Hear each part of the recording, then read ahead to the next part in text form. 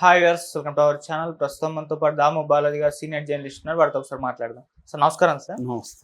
Sir, Adani పైన case నమోదవ్వడంతో అప్పుడు ఎంత ప్రకంపనలు క్రియేట్ చేసిందో ఆ ఇష్యూ మనకు తెలిసిందే. అయితే ఇప్పుడు చంద్రబాబు నాయుడు గారు ఆదానికి షాక్ ఇవ్వబోతున్నారని తెలుస్తుంది సార్. ఎందుకంటే ఇందులో జగన్మోహన్ రెడ్డి గారు ఆదాని ఇద్దరు కూడా ఒక ఒప్పందాలు కుదుర్చుకున్నారు. దానిపైన ఇప్పుడు ఆ ఒప్పందాలు మొత్తాన్ని కూడా చంద్రబాబు నాయుడు గారు రద్దు చేసే యోచనలో ఉన్నట్టుగా నిన్న ఆయన మాట్లాడిన మాటలు చూస్తే అర్థమైపోతుంది. మరి ఆదానికి వ్యతిరేకంగా వెళ్ళగలరా? ఆదానికి వ్యతిరేకంగా వెళ్ళమంటే మోదీ గారికి వ్యతిరేకంగా వెళ్ళమని కూడా మనం చెప్పుకుంటూ ఉంటాం. మరి అటువంటి ప్రయత్నం చంద్రబాబు నాయుడు గారు చేస్తారా సార్? మీరేం చెప్తారు దాని గురించి? అదాని జగన్ మధ్య ఒప్పందాలకు సంబంధించి మరోసారి చర్చకు వచ్చింది. దీనికి రెండు కారణాలు ఉన్నాయి ఇమీడియట్ గా. ఒకటేమో తమిళనాడు ప్రభుత్వం అదానితో చేసుకున్న ఒక సోలార్ మీటర్స్ పెట్టే ప్రాజెక్ట్ని, స్మార్ట్ మీటర్స్ పెట్టే ప్రాజెక్ట్ని రద్దు చేసుకునింది. సో తమిళనాడు ప్రభుత్వం ఎందుకు రద్దు చేసుకుందంటే లోయెస్ట్ బిడ్డర్గా అదాని వాళ్ళే ఉన్నారు. వాళ్ళు లోయెస్ట్ బిడ్డర్గా ఉన్నప్పటికీ కూడా తక్కువ కోట్ చేశారు అనే కారణంతో తమిళనాడు ప్రభుత్వం రద్దు చేసుకుంది. ఇది ఇప్పుడు వైరల్ అవుతుంది అన్నమాట. ఎందుకంటే ఇప్పుడు తమిళనాడు ప్రభుత్వం రద్దు చేసుకోవడంతో ఇటు ఆంధ్రాలో తర్వాత తెలంగాణలో మీడియా దాన్ని హైలైట్ చేసి ఇక్కడ కూడా రద్దు చేస్తారా అన్న ప్రశ్నలు లేవనెత్తాయి. తమిళనాడు ప్రభుత్వం 8 జిల్లాల్లో 82 లక్షల మీటర్లు, ఫేజ్ 1 ఇది, మొత్తం 3 పేజెస్ ఉంటాయి అక్కడ. ఫేజ్ 1లో 82 లక్షల మీటర్స్ 8 జిల్లాల్లో పెట్టడానికి బిడ్డింగ్ చేశారు. ఆ బిడ్డింగ్లో లోయెస్ట్ బిడ్డర్గా అదాని గ్రూప్ ఉంది. సో అది సరిపోదు మాకు అనేసి క్యాన్సిల్ చేశారు. అంత మాత్రాన తమిళనాడు ప్రభుత్వం అదానితో చేసుకున్న ఒప్పందాలన్నీ ఏమీ క్యాన్సిల్ చేయలే. అదానితో కముతి సోలార్ పవర్ ప్రాజెక్టు అదానితో చేసుకున్నారు. అది 2500 ఎకరాలు 776 మెగావాట్ల ప్రాజెక్టు. అదేమీ రద్దు కాలేదు, అది రన్నింగ్లోనే ఉంది. అట్లాగే అదాని కానెక్స్ అనే ఒక హైపర్ డేటా సెంటర్, దానికి సంబంధించి 13,200 కోట్లు, అది రన్నింగ్లోనే ఉంది. అట్లాగే మొత్తంగా గ్లోబల్ ఇన్వెస్ట్మెంట్ సమ్మిట్ జనవరి 2024లో జరిగినప్పుడు అదాని గ్రూప్తో 42,700 కోట్లు తమిళనాడు ప్రభుత్వం ఒప్పందాలు చేసుకుంది. అవేవి రద్దు కాలేదు. సో తమిళనాడు ప్రభుత్వం వీళ్ళు తెలుగులో మీడియా రాస్తున్నట్టుగా అదానినేమి తమిళనాడు నుంచి తెరమేయడం లేదు. సో ఒక కంపెనీతో రద్దు చేసుకోవడం, అయిపోయిన దాన్ని రద్దు చేసుకోవడం కూడా అంత ఈజీ కాదు. ఇదేంటంటే బిడ్డింగ్ లెవెల్లోనే రిజెక్ట్ చేశారు అంతే. మేము అనుకున్న రేటు మీరు కోట్ చేయలేదు కాబట్టి రిజెక్ట్ చేస్తున్నాం అని చేశారు తప్ప ఆల్రెడీ చేసుకున్న ఒప్పందాలని తమిళనాడు ప్రభుత్వం చేయలేదు. ఇది మొదటి అంశం ఈ చర్చకి రావడానికి. రెండవ అంశం జగన్ ప్రభుత్వం మీద, జగన్ పార్టీ మీద, జగన్ మీద ప్రతీకార చర్యలు పాల్పడుతుంది కూటమనే విమర్శలు పెద్ద ఎత్తున జగన్కి సంబంధించిన మీడియా కావచ్చు, వాళ్ళ నాయకులు కావచ్చు చేస్తున్నారు. దానికి సమాధానంగా చంద్రబాబు నిన్న మాట్లాడుతూ నిజానికి అదానితో జగన్ చేసుకున్న ఒప్పందంలో లంచం తీసుకున్నారని సాక్షాత్ అమెరికన్ ఏజెన్సీలో చెప్పాయి. అందులో నాకు లడ్డులాగా దొరికాడు జగన్.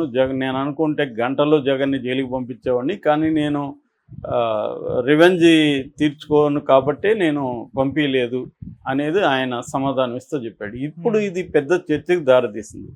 నిజానికి చంద్రబాబు చెప్పినట్టుగా అదాని దగ్గర జగన్ లంచం తీసుకున్నాడనే మాట అమెరికన్ ఏజెన్సీ చెప్పలేదు డైరెక్ట్గా. యాక్చువల్గా అది ఏం జరిగింది, సికి అంటే సోలార్ ఎనర్జీ కార్పొరేషన్తో Adani Green Energy Limited, Azure Global Power Limited, ఈ 2 సంస్థలు 12 గిగావాట్ల సోలార్ ఎనర్జీ సప్లై చేయడానికి ఒప్పందం కుదుర్చుకున్నాయి. అడిగినప్పుడు వాళ్ళు ఏమన్నారంటే మేము సప్లై చేస్తాం మీకని సోలార్ ఎనర్జీ కార్పొరేషన్, సికి అంటారు, సికిని అప్రోచ్ అయినప్పుడు సికి ఏం చెప్పిందంటే మీరు కోట్ చేస్తున్న రేట్లకి ఏ స్టేట్ గవర్నమెంట్ కూడా కొనడానికి సిద్ధంగా లేదు. సికి అనేది ఏంది, ఒక మీడియేటర్ లాంటిది, గవర్నమెంట్ సంస్థ, అది పిఎస్యు అంటారు, పబ్లిక్ సెక్టర్ ఇదనమాట. అది వీళ్ళ దగ్గర కొని స్టేట్లో ఉండే పవర్ డిస్ట్రిబ్యూషన్ కంపెనీస్కి అది సప్లై చేయాలి. మామూలుగా దాని రోల్ అది.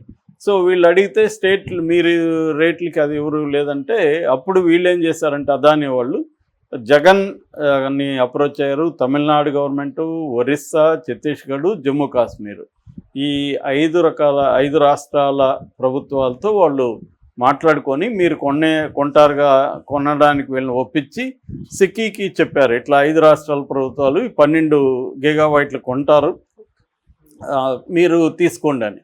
సో సిక్కీ వీళ్ళతో ఒప్పందం చేసుకుంది. ఈ 5 రాష్ట్రాలతో సిక్కీ ఒప్పందం చేసుకుంది. ఈ 12 గిగావాట్లలో 7 గిగావాట్లు జగన్ ప్రభుత్వం రెడీ అయింది కొనడానికి 25 ఏళ్లకి. సో జగన్ సిక్కీతో ఒప్పందం చేసుకున్నాడు. సిక్కీ అదాని దగ్గర, అజూర్ దగ్గర కొని ఈ 5 రాష్ట్రాలకి సప్లై చేస్తుంది. ఇది ఒప్పందం. అయితే ఈ అజూర్ అనేది న్యూయార్క్ స్టాక్ ఎక్స్చేంజ్లో ఉంది. అట్లాగే అదాని, అజూర్ కలిసి అక్కడ కొంత పెట్టుబడులు కలెక్ట్ చేశారు అమెరికాలో. సో వాళ్ళకి కొన్ని రూల్స్ ఉన్నాయి, వాళ్ళకి చట్టాలు ఉన్నాయి. ఆ చట్టాలు ఏంటంటే అమెరికన్ క్యాపిటల్లో కలెక్ట్ చేసిన, అమెరికన్ స్టాక్ ఎక్స్చేంజ్లో ఉన్న ప్రపంచంలో ఆ కంపెనీలు ఎక్కడ లంచం, గొండితనానికి పాల్పడితే వాళ్ళ మీద చర్యలు తీసుకుంటారు. దాన్ని బేస్ చేసుకొని అమెరికాలో ఉండే జస్టిస్ డిపార్ట్మెంటు కేసులు పెట్టింది. అందులో ఏం చెప్పిందంటే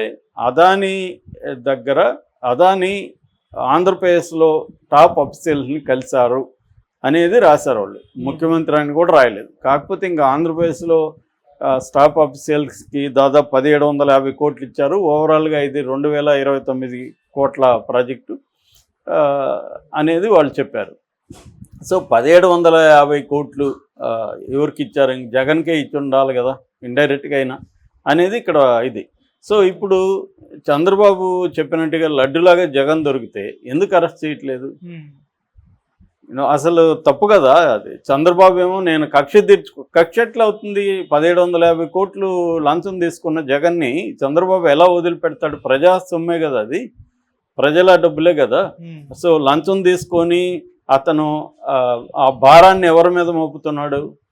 అక్రమంగా, అంటే పవర్ సప్లై తక్కువకి ఇచ్చే పరిస్థితి ఉన్నప్పుడు ఇతను ఎక్కువ కొంటున్నాడు అంటే అర్థం ఏంటి? ఆ భారం అంతా ప్రజల మీద పడింది కదా. మరి చంద్రబాబు ప్రభుత్వం చర్య తీసుకోవాలి కదా. సో ఎందుకు తీసుకోవట్లేదంటే అందరికీ తెలిసిందే, ఇదేమీ రహస్యం కూడా కాదు. అదాని అంటేనే మోడీ, మోడీ అంటే అదాని. మనకి ఎప్పటి నుంచో సామెత ఉంది, ఇద్దరు గుజరాతీ వాళ్ళు ఇంకొక ఇద్దరు గుజరాతీ వాళ్ళకి దేశాన్ని అమ్మేస్తున్నారని. సో మనకి మోడీ రాకముందు అదాని ఎవడికి కూడా తెలిసేది కాదు. సో అదాని, అంబానీలకి మోడీ, అమిత్ షా దేశాన్ని అమ్మేస్తున్నారు, దేశంలోని వనరుల్ని తక్కువకి ఇచ్చేస్తున్నారు, వాళ్ళకి కట్టబెట్టేస్తున్నారు అనేది అసలు దేశమే కాకుండా విదేశాల్లో కూడా అదాని, అంబానీల వ్యాపారాలు బేస్ చేసుకొని మన విదేశీ విధానం కూడా రూపొందిస్తూ ఉన్నారు అన్న విమర్శలు కూడా వస్తున్నాయి. ఈ కాంటెక్స్లో జగన్ జోలికి వెళితే ఇప్పుడు జగన్ లంచం తీసుకున్నాడు, లంచం తీసుకున్నోడి మీద కేసు పెడితే లంచం ఇచ్చినోడి మీద పెట్టాలి కదా. సో లంచం ఇవ్వకుండా అయితే ఇతను తీసుకోడు కదా. మరి తీసుకున్నప్పుడు ఆ ఒప్పందం మీద కూడా రివ్యూ చేయాలి కదా, సిక్కీతో కూడా మాట్లాడాలి కదా. సో సిక్కీకి నోటీస్ ఇవ్వాలి కదా, ఇట్లా లంచం తీసుకొని ఒప్పందం జరిగింది, ఈ ఒప్పందం రద్దుకు మీరు చర్యలు తీసుకోండి అని అనాలి కదా. ఇవన్నీ అనగలడా చంద్రబాబు? అనలేడు. ఎందుకంటే మోడీ నిజానికి అనొచ్చు చంద్రబాబు ధైర్యం ఉంటాయి. ఎందుకంటే మోడీ మీద చంద్రబాబు ఏమి డిపెండ్ అవ్వలేదు. చంద్రబాబు ప్రభుత్వం బీజేపీ ఉన్నా లేకపోయినా, జనసేన ఉన్నా లేకపోయినా చంద్రబాబు ప్రభుత్వానికి ఏ రకమైన డోకా లేదా, బ్రహ్మాండమైన మెజార్టీ ఉంది, 135 సీట్స్ ఉన్నాయి. కానీ మోడీ ప్రభుత్వమే చంద్రబాబు పార్టీ మీద డిపెండ్ అయ్యి సెంట్రల్లో పరిపాలిస్తుంది. నిజానికి కానీ చంద్రబాబు గట్టిగా అనుకుంటే మోడీ ప్రభుత్వం ఇబ్బందుల్లోకి వెళ్తుంది. మరి అట్లాంటప్పుడు చంద్రబాబు ఎందుకు భయపడుతున్నాడు అంటే, ఆయన గత 10 ఏళ్ళుగా చూసినప్పుడు ముఖ్యంగా 2008 నుంచి బీజేపీకి భయపడుతూనే ఉన్నాడు, బీజేపీతో లేకపోయినా కూడా. సో ఆ భయం వల్లనే చంద్రబాబు ధిక్కరించట్లేదు. జగన్ వరకు మాట్లాడతాడు తప్ప మోడీ వరకు మాట్లాడట్లేదు. పోనీ జగన్ ఏమన్నా ధైర్యంగా ఉన్నాడంటే జగన్ కూడా 10 ఏళ్ళుగా బీజేపీకి సరెండర్ అయ్యే ఉన్నాడు. ఎందుకంటే బీజేపీ టాక్టిక్స్ ఏంటంటే తమతో ఉన్నా తమతో లేకపోయినా ఆ పార్టీల నాయకుల మీద కేసులు పెట్టి వాళ్ళని ఒక్కోసారి అవసరమైతే జైలుకి పంపించి వాళ్ళని కంట్రోల్ చేయడం అనేది బీజేపీ పార్టీ యొక్క పాలసీ. సో దానివల్ల వీళ్ళందరూ కూడా భయపడే పరిస్థితి. పోనీ చంద్రబాబు ఒకవేళ కూటమిలో ఉన్నాడు కాబట్టి భయపడుతున్నాడు అంటే, ఇక్కడ రేవంత్ రెడ్డి ప్రభుత్వం అయినా ఏం చేయగలదు? ఏమీ చేయట్లేదు కదా. అదాని ఒప్పందాలన్నింటినీ అంగీకరించింది కదా. అంటే ఇక్కడ ఒకటి ఏంటంటే లీగల్గా తీసుకున్నప్పుడు ఇట్స్ నాట్ దట్ ఈజీ. ఒకసారి ఒప్పందాలకు వెళ్ళిపోయినా కూడా దాన్ని క్యాన్సిల్ చేయడం అనేది లీగల్ ప్రాసెస్, చాలా టైం పడుతుంది. రెండవది, మోడీని ధిక్కరించే పరిస్థితి ఏ పార్టీలు కూడా ధైర్యం చేయవు.